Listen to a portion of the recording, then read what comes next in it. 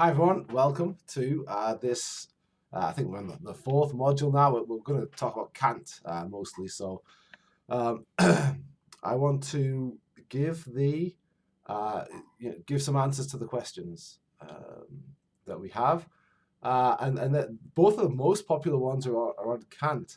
Oh no, one's on the state. Okay, so we've got three questions, two on Kant, one on the state. The most popular one is Kant, though.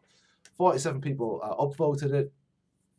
It's a little bit of a Desiree wrote it. It's a little bit I don't know. It's a little bit of quite a broad one really. But let's see what we can do with it. We've got here's how it goes. It goes. I do not have a specific question, which okay, fair enough. You're supposed to have a specific question, although I would argue that this is a question, right? I just found the Kant reading as a whole to be the muddiest point. I just did not fully understand the explanation Kant was giving. Okay, seems fairly popular, right? It's a few hundred years old, right? So the language in there might be a little bit different from what you're used to reading. Persevere with it, though. It's not beyond you. Absolutely shouldn't be beyond you. It's an important piece for liberals, for international relations liberals. They draw from it a lot. It's quite a short piece. I think what we have in the book is obviously shortened, but the whole piece itself is quite a short piece. So and no doubt you could find it on the internet. It's been very influential. In our reading, we've got basically two sections. Section one, right, is just a list of the preliminary articles for perpetual peace. Go through them basically, right, that we don't want any peace treaties that have in them some sort of a reserved matter for a future war, right? So he's looking at peace treaties, and he's saying that sometimes in peace treaties we assume that there will be some sort of a future war.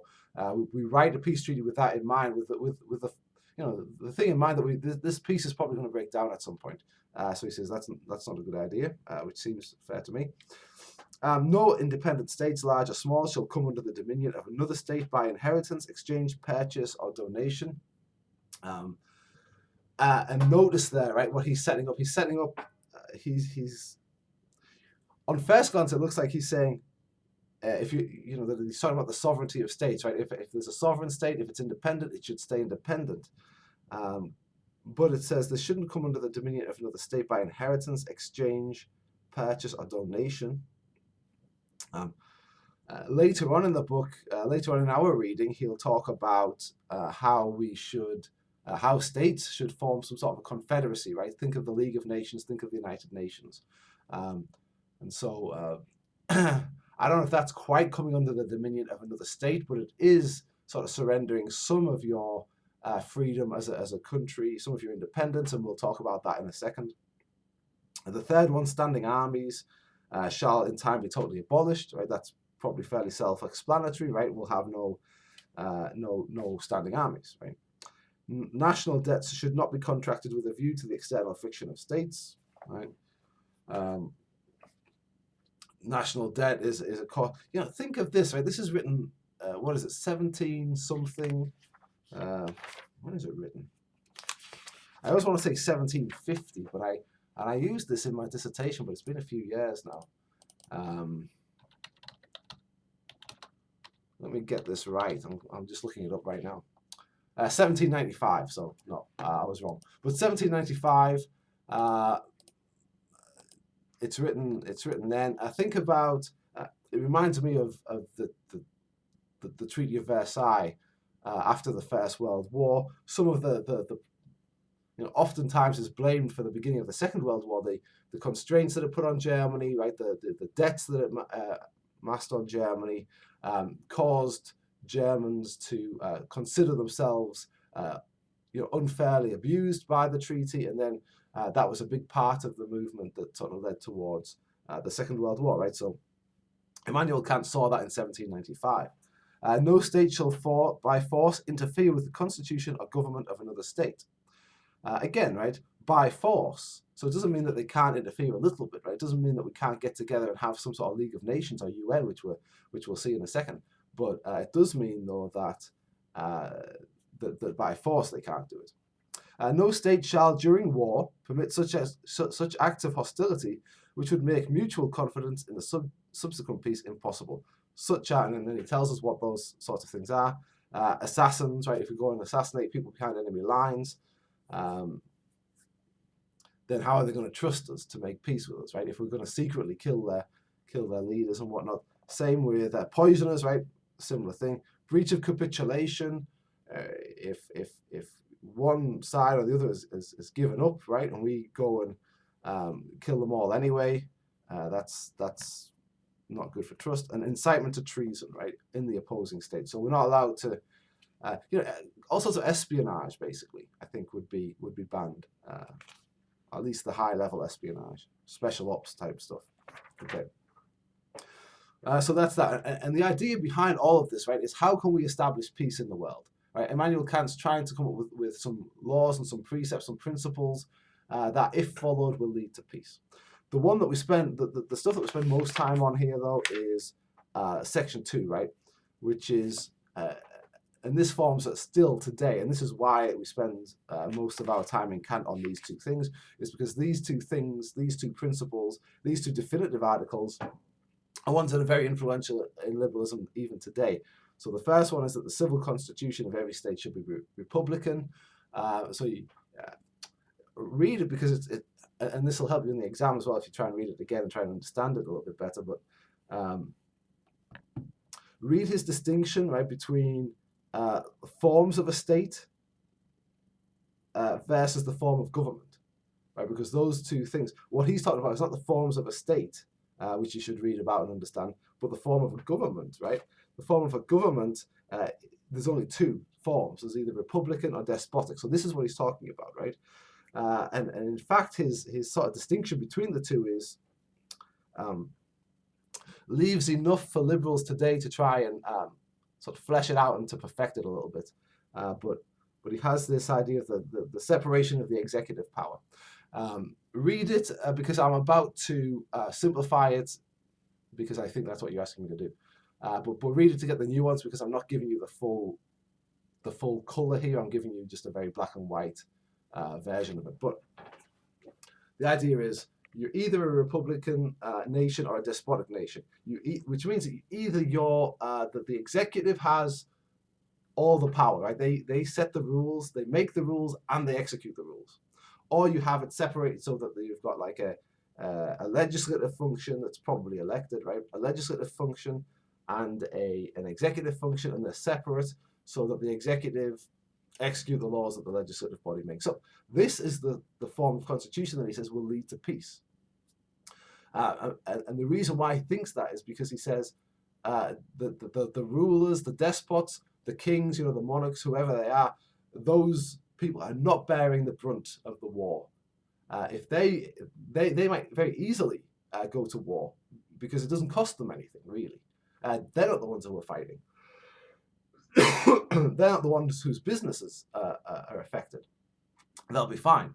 The people who will, but the party that will be affected is the people, right? The people have to go away and fight the war. They'll have to lose their sons. They'll have to risk their own lives. The economy, like their businesses, will suffer in wartime, and so those people are not going to want war. And so where you have a country where the sort of the normal people through the legislature have a say in whether we go to war or not, then we'll have fewer wars, right? It's not that they won't have any wars. There'll be times when they'll agree to go to war, but that'll be much rarer than if it's just some one particular despot who won't really be adversely affected by a war. So that's what he's getting at in that first. The civil constitution of every state should be republican. The next one is this: the law of nations shall be founded on a federation of free states. Remember from before, he doesn't want one state to dominate another state. He doesn't want one state to be sold or inherited by another state or inherited by another state. He doesn't want that. But he does and that's certainly in the back of his mind when he's arguing for this, right? Because he's worried that we think that that's what he's asking for, right? But he says this. He says, look, sure, states should be sovereign, and sure, we accept, right, that there's nothing above the state. But what if they came into some sort of voluntary agreement with one another and formed some sorts of rules between themselves that they agreed to be governed by? Now, that's not so odd to us, right? We've seen the League of Nations and we've seen the UN, and that's sort of what he's advocating for there. Again, 1795, I said, so 90 years after what I thought, but still, or 45 years after what I thought, but still, you know, a long time before the League of Nations, and a long time, 100 years or so before the League of Nations, and you know, well over 150, well, 150 years, I suppose, 150 years from the UN. So that's why we read it, right? It sort of shows us that the roots of international relations, the roots of these things that we're seeing today, they go back a long way, right? They go back a long way, and they go back to particular people who have become, you know, well known amongst international relations scholars and sort of revered at least by the liberals here. So check that out again. It'll also help you very much with the Michael Doyle piece, if you can understand that. The Michael Doyle piece is saying much the same thing. Okay, the Michael Doyle piece is more contemporary, so the language is different, but Immanuel Kant is a much more basic addresses the you know, liberal pacifism. He addresses it in a much more basic way, understandable way, except for the language that Michael Doyle does, I think. But there you go. So have a look at that. That's the first question that we answer. Number 2 is about the state. In regards to the second definitive article for a perpetual peace, I'm a bit confused as to what it implies. We've sort of covered that already. Is it stating that peoples as states are in a constant state of confrontation due to the act of merely coexisting? That's the beginning. So that's a bit more of a specific question, actually. So we have covered that a little bit. I've got the book here just so I can, because I remember reading, after I read that question, I read the opening of that second definitive article, and I see what you mean. He says this. He says, there we are, liberal pacifism. All right. He says this. He says, peoples or states, like individuals, may be judged to injure one another merely by their coexistence, right, in the state of nature. Each of them may and should be, for the sake of its own security, demand that the others enter into a constitution. Okay. So that's just the very beginning that you've sort of asked a question about there, just the very beginning part. But what he's getting at, right, he's talking to Hobbes, right? Hobbes is what is he, 100 and something years, just over 150 years before him.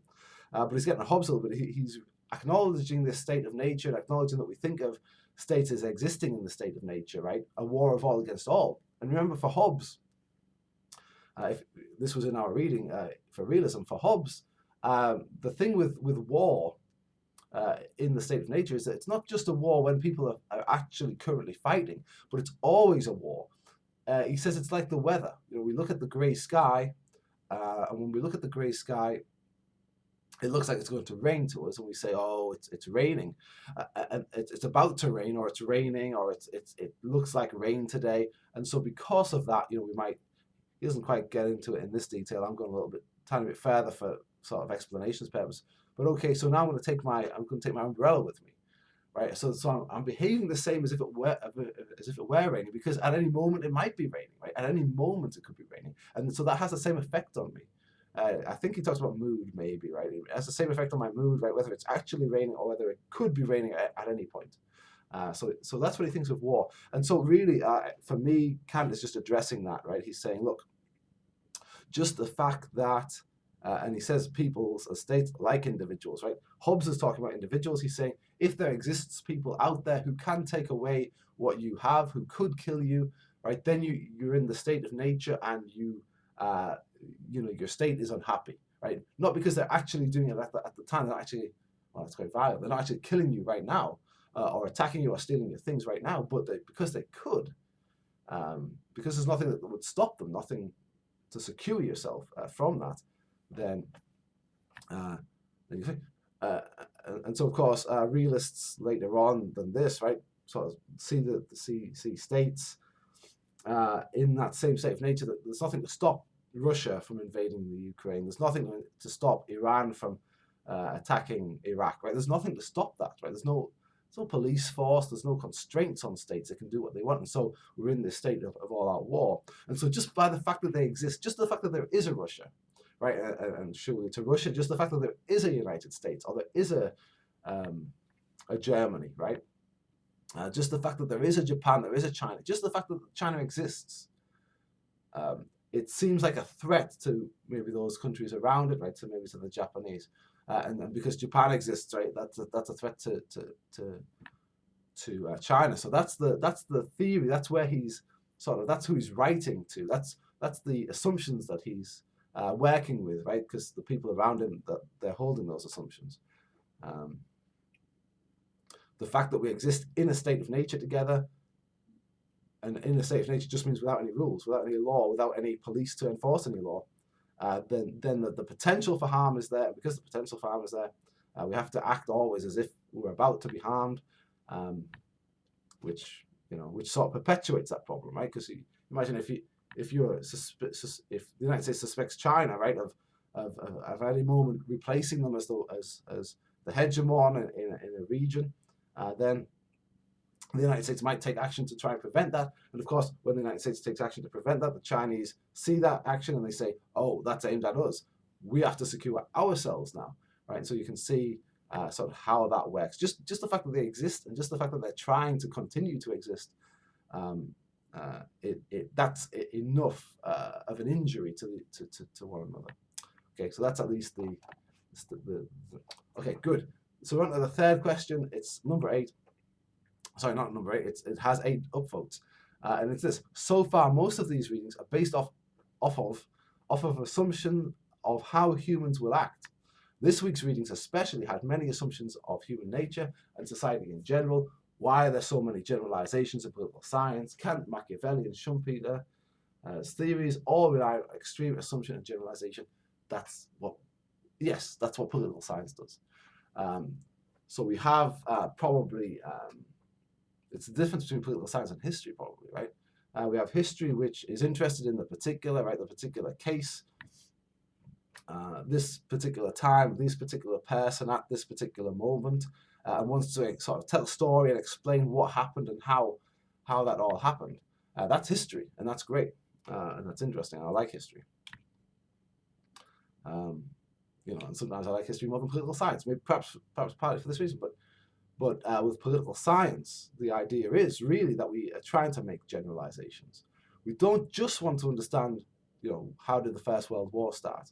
We want to understand how do wars start, right? How do wars start? And so there's a lot of people in international relations in particular, right, which we're studying. There's a lot of people who they see that as their goal, right, is to uncover fundamental truths that are true not just in one situation, but in all situations of the same kind, right? So civil wars, how do rebels behave in civil wars? Not just how do they behave in the Congo, not just how did they behave in the Congo at that one place in time, but we want to sort of try and make to understand the world, right? If you can't make generalizations, they would argue, you're not really understanding the world, right?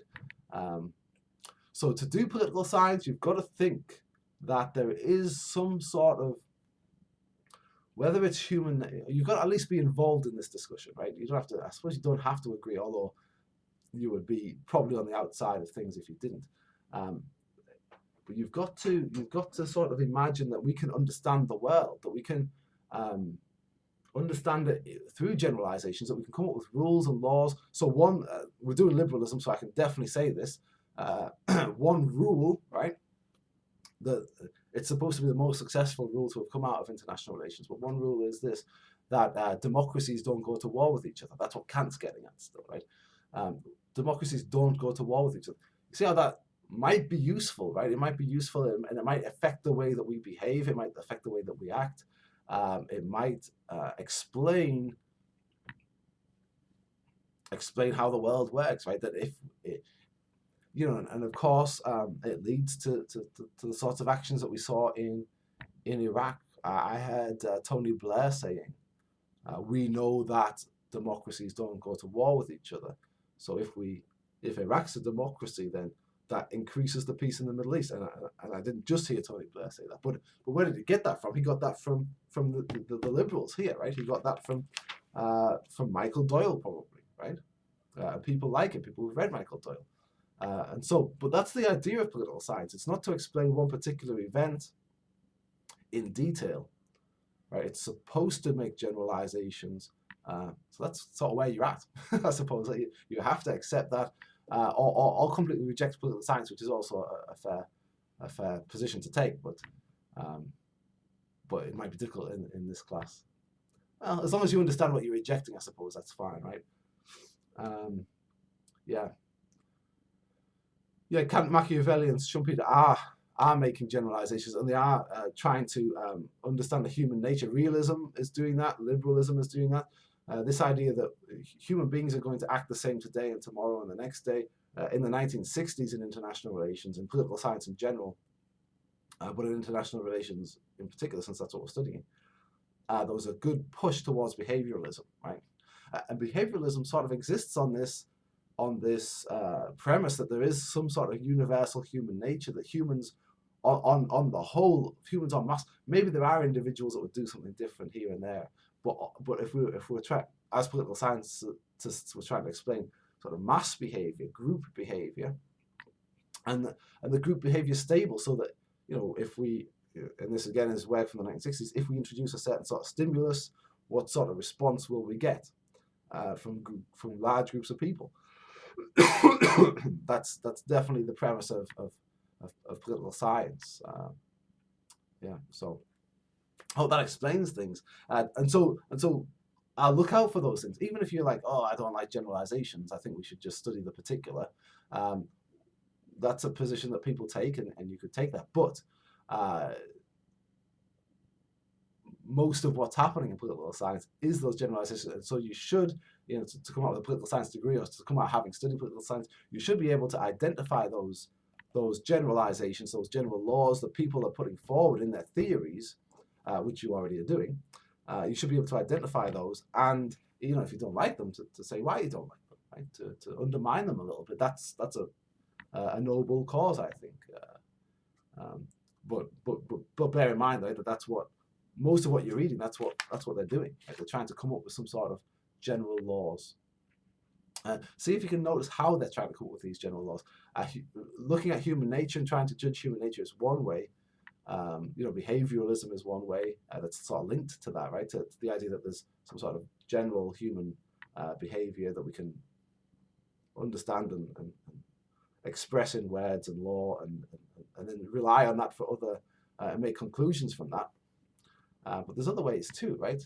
And I think more in the past when we're dealing with Immanuel Kant, maybe this is why it's a little bit more difficult language, right? But we're oftentimes, and this is what the realists accuse the utopians of doing, right? Probably Immanuel Kant being one of them, right? That they start from these, they start from axiomatic premises, right? Premises that we all accept. So some sort of scientific logic to this, right? That we accept these premises and then we logically build on those premises. That's another way of trying to come to these conclusions, these general conclusions about how people behave. So I'm going to stop it there because I've talked way too long about that. But that's the three questions there. I'll do one as well for the next module. I'll do that today, so you should see a second one up there either right now or very soon.